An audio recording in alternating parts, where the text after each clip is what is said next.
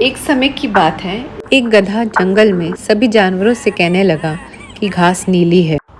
तभी वहाँ पास में खड़ा टाइगर गधे की बात सुन रहा था और उससे कहने लगा कि नहीं, घास तो हरी है।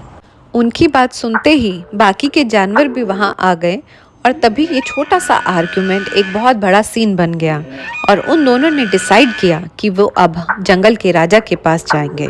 इससे पहले कि टाइगर कुछ कहता, वो गधा एकदम से बोल पड़ा, राजा जी, क्या ये सच नहीं है कि घास नीली होती है? तभी शेर राजा कहने लगे, हाँ, घास नीली होती है। अब तो वो गधे को इतना प्राउड फीलिंग हुई कि वो टाइगर को ही चिढ़ाने लगा और तुरंत वो गधा बोला कि योर हाइनेस, इस टाइगर को आप पनिश कर दीजिए, इसने मुझसे आर्गुमेंट किया और मेरा समय बर्बाद कर दिया। शेर राजा उस टाइगर से बोले, आर्गुमेंट करने के लिए तुम्हें 1 हफ्ते की शांत रहने की सजा सुनाई जाती है। ये सुनते ही वो गधा वहां से ऐसे चला गया कि जैसे उसने कोई बहुत बड़ी अपनी ईगो की बैटल जीत ली हो।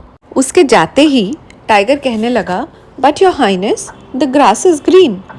तो जंगल के राजा उससे कहने लगे, yes tiger, you are right, घास तो हरी ही है, but that does not matter. तुम्हें ये सजा डिसएग्रीमेंट के लिए नहीं बल्कि अपना स्टैंडर्ड लो करने के लिए मिल रही है।